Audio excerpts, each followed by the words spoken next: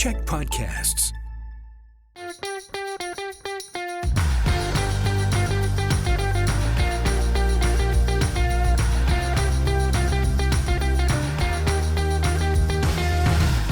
Hey everyone, and welcome to Political Capital, your source for all the latest in BC politics. I'm your host, Rob Shaw, coming to you from the Command Console at the Check News World Headquarters in Victoria. Thank you for watching on Check TV, Check Plus, YouTube, and make sure you're subscribing to our podcast version for extra audio content. A busy week. They're all busy weeks, but this was a really busy week.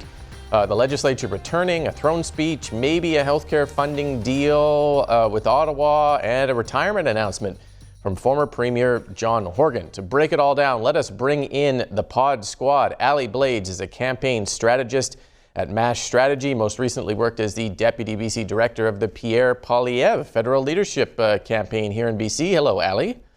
Hello. We also have joining us Jeff Ferrier, Senior Vice President at Hill & Knowlton, who helped lead BC's COVID-19 communications response in the Ministry of Health, joining us in front of his resplendent painting. Hello, Jeff. Howdy, and delighted to have the painting back with me this week. The painting survived, is that right? Is that the people have Great spoken? feedback. Thank you to folks on the Twitter for your love of art. It was great to hear, except for all of those of you who sent me Kevin Falcon's slogan of changes possible, or whatever it is. That was well played.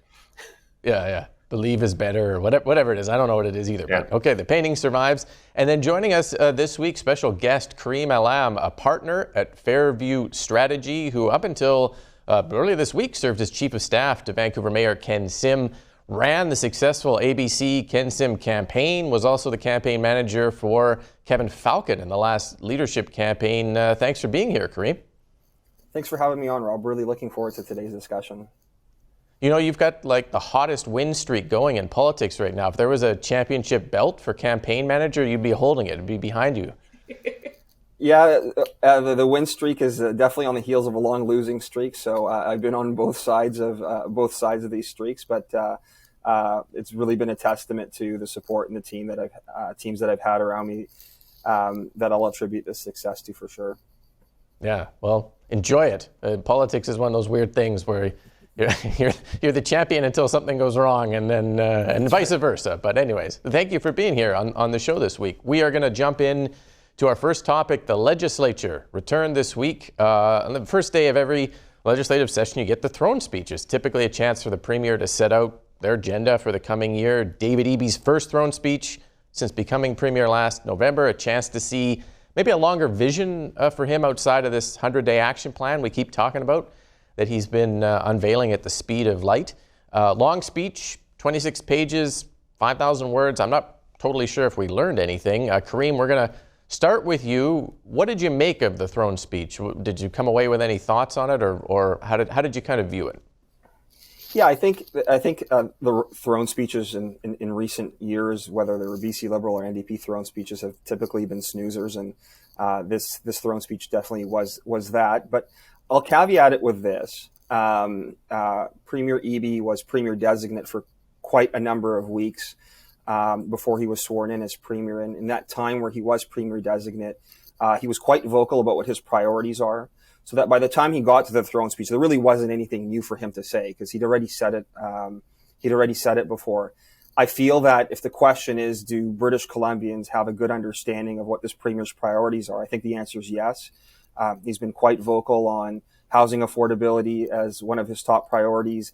The environment, of course, public safety is something that he spent a lot of time talking about. So I think we have a good sense of what this government's priorities are.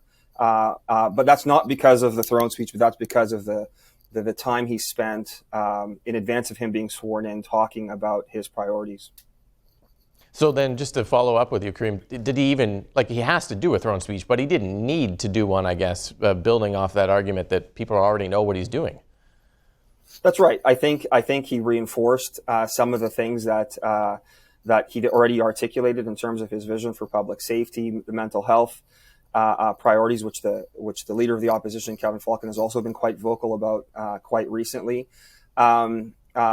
not a lot of new detailed specifics about his plan, but I think it was just really more of a reinforcement of the things that he's already been out there talking about. The real test, I think, is going to be how the budget, which is coming out later this month, reinforces those priorities, seeing how those dollars start getting attached to those priorities in housing affordability and public safety.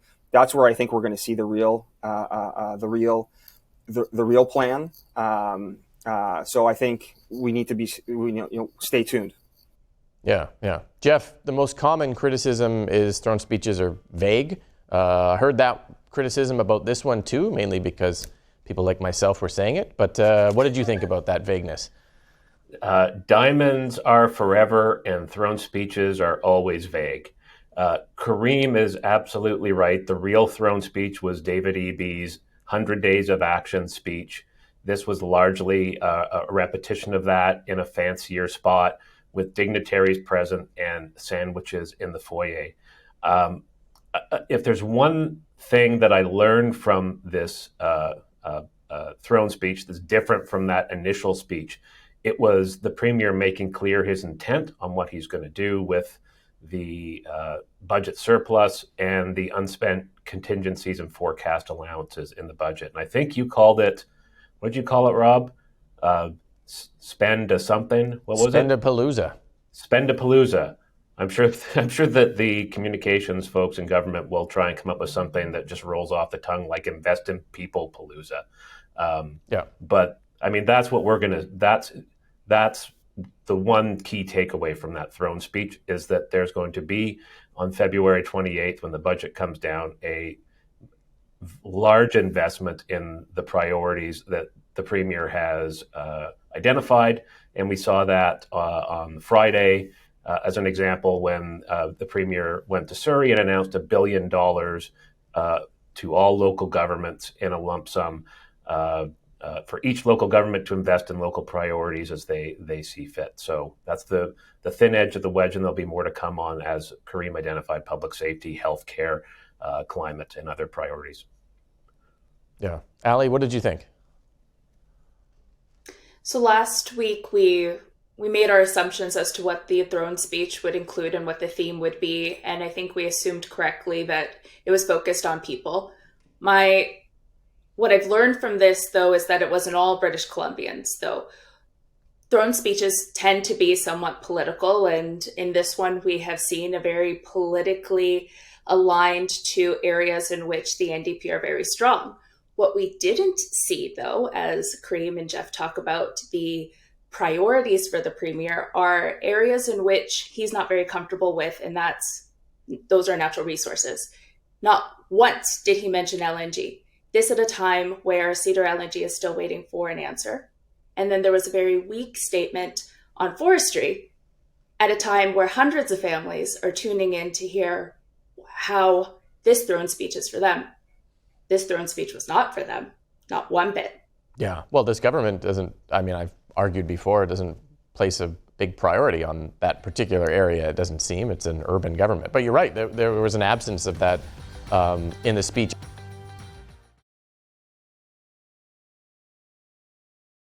We know that he is about to announce a whole bunch of stuff. We know that the Premier's sitting on a ton of cash. He's got $10 billion on surplus and unspent money to blow out the space door, the space lock, by the end of March. There was none of that was really in here. And I guess it's just a reflection. I came away realizing once again, this is the legislature, and the throne speech is not a priority really for this Premier or the last one or the one before that. They want to announce things in the real world where you can kiss a baby or cut a ribbon or deliver a novelty check or that type of thing. But I can't help, there's got to be a better way to do this than a big, boring, vague throne speech every year. Maybe we need like a State of the Union or something for a Premier.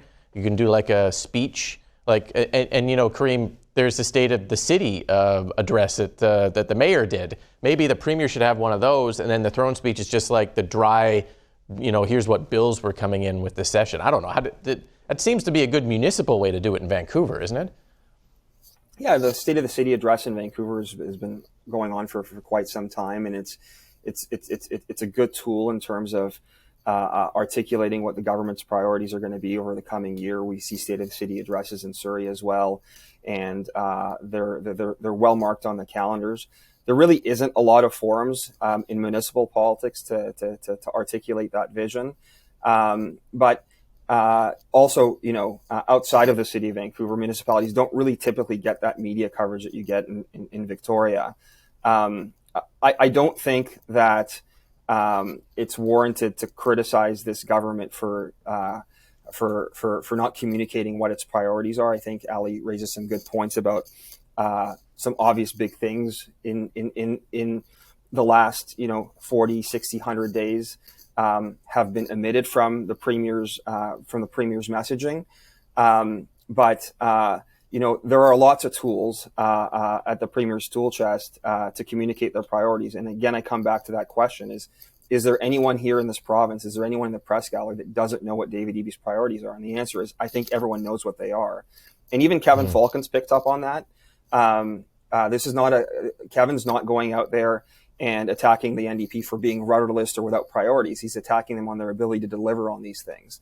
And he's trying to raise doubt, and he's trying to raise concern about the Premier's ability to deliver on these 3 or 4 priority areas. And they're all going to be very difficult, very hard things for this Premier to deliver on. But if he does, Premier Eby will get his own mandate. If he doesn't, the din of the specter of what Kevin Falcon and the BC Liberals have been raising really, really, really will begin to set in as the frame set for the next election. Mm-hmm. Well, one of those major areas is healthcare, and we talk about it every week. Here we are, though, on this week with a possible tentative deal on the federal healthcare funding with the provinces. I say deal because they haven't quite accepted it yet, but it appears to be a sort of take it or leave it offer from Prime Minister Justin Trudeau. There's more than $40 billion in spending, new spending, spread out over 10 years and across 13 provinces and territories. So if you line up what BC wanted, a 22% federal share of healthcare spending to go up to 35%, Ottawa's offering 24%, $4 billion more a year for healthcare in BC. Ottawa's offering $600 million. I think it falls short of what we were looking for, but there seems to be a kind of better than nothing response here from the province. Jeff, is this a good deal? Should BC be accepting this or what? Do you ever go to a potluck dinner? Ever done that before? Yep. You know, we all bring like a casserole and share, and I hate those. It's a lot of pressure. It is, but Justin Trudeau's like the guy with the big house and the fancy car who shows up at the potluck dinner with 4 stale buns, right? It's the absolute bare minimum that he could that he could bring to the healthcare discussion at a time when Canadians are looking for bold leadership. Why didn't he bring the bucket of chicken, right? Could have gone to KFC, picked up a big bucket of chicken, been a hero, delivered the goods, delivers what people want, which is a fix for healthcare, and instead he showed up with stale buns. I think what you saw from Premier Eby was diplomatic, a warm response, praising the Prime Minister for admitting that there's a problem. I think he used the words fiscally limited. That's a kind description of not showing up with enough money to fix problems that are bedeviling every province. The money works out to $46 billion in new dollars over 10 years, spread out over 10 provinces and 3 territories. So it's like Trudeau showed up with an MRI machine for every province and called himself the second coming of Tommy Douglas. Eby's got to fight hard for a better deal for BC, and I expect that's what we'll see in the days and weeks ahead.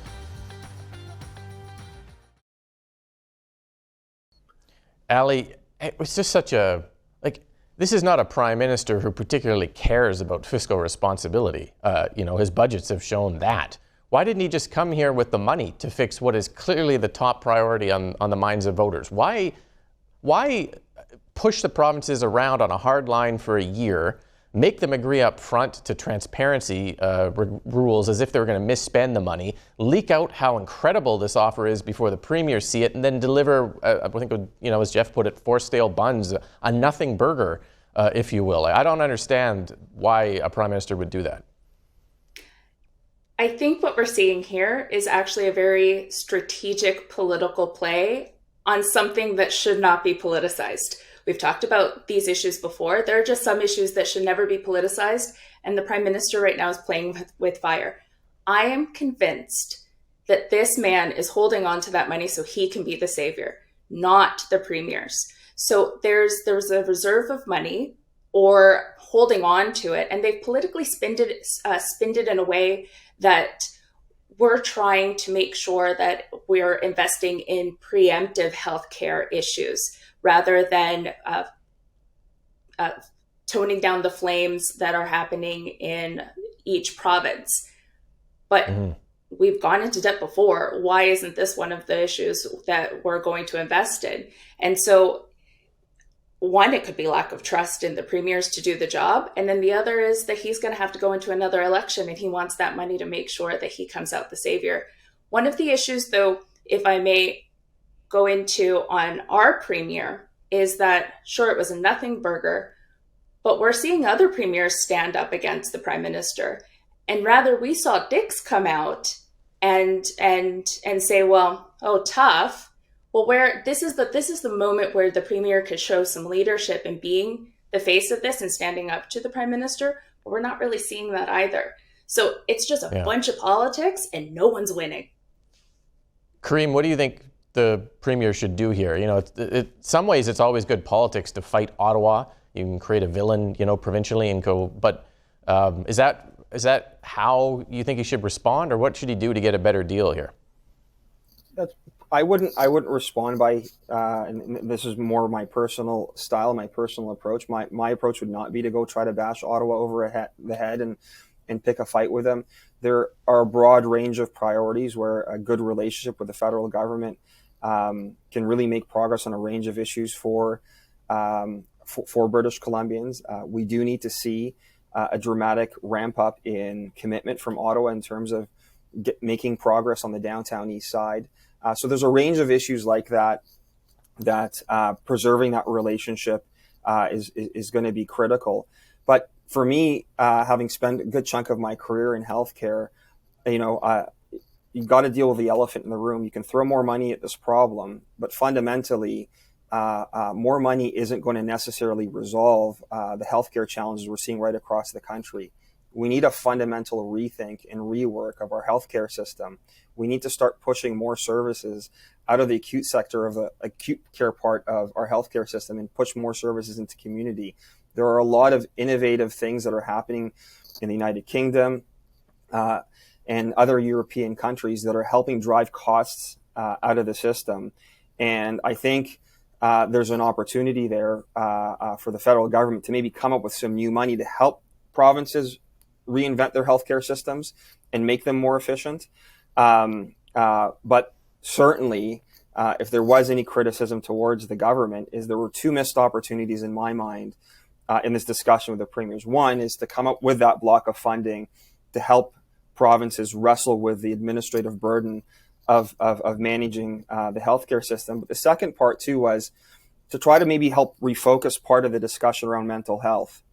For example, in British Columbia, 1% of every dollar we spend on mental health goes to people that are under the age of 18. Now, the solution isn't to stop spending money on mental health supports for people above the age of 18.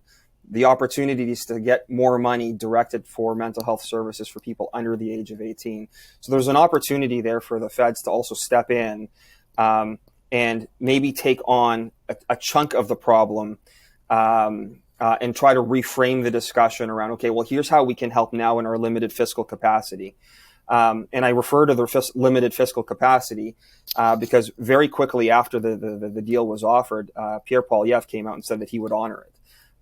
So you've got the sense that the Prime Minister was operating in a very responsible fiscal framework when his biggest critic on the fiscal side was saying, yeah, this is a deal that I would support.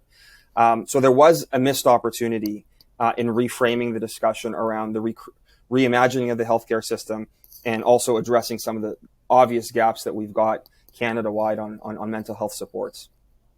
Mm-hmm. Well, and as you mentioned, there's so many partnerships with Ottawa that BC is looking for right now, from infrastructure money to, you mentioned the downtown east side, to housing. The Premier pushing Ottawa for federal lands and to step up and do a housing support program tied to immigration levels in BC. Childcare, although the Trudeau government's come through on that. So I guess, they want to maintain a working relationship here, but 40% of the provincial budget is spent on healthcare, and it's just such an enormous, massive problem that I don't know how British Columbia gets out of this issue without some more help. Yeah. But can I just respond to a couple of things on the stance that the Premier has taken? I think when you get a bad deal from Ottawa, you have a choice of getting angry and getting to work. The Premier's chosen getting to work. It's an approach he's used, for example, with Mayor Ken Sim in Vancouver. And they've had a very constructive and good working relationship, and they started to deliver results. And I hope that's what we see from Ottawa. And I think that's what the Premier is going for there. On the, we don't need more money. We need innovation in healthcare. You need more money to attract and retain health workers. You need more money to pay for utilities at health facilities across the province that is draining budgets and from core services, and the kind of innovation that we often talk about. I'm okay with private sector involvement in the delivery of care when you pay with your MSP card and not with your credit card, but we really don't want to end up in a situation like we're starting to see in Quebec, where people who want MRIs in places like Alberta and Ontario are able to pay $20,000 to get an MRI in Quebec, jump the queue, pay their way to the front of the healthcare line. So by all means, let's always look for best practices and new ways of doing things, and where the private sector does a good job in delivering good results for people through MSP, let's look at that. But let's not go down the road of pay your way to the front of line healthcare. all right, good discussion. Thank you, the panel, for being here. Thank you for watching. We'll be back next week with all the latest in BC politics here on Political Capital.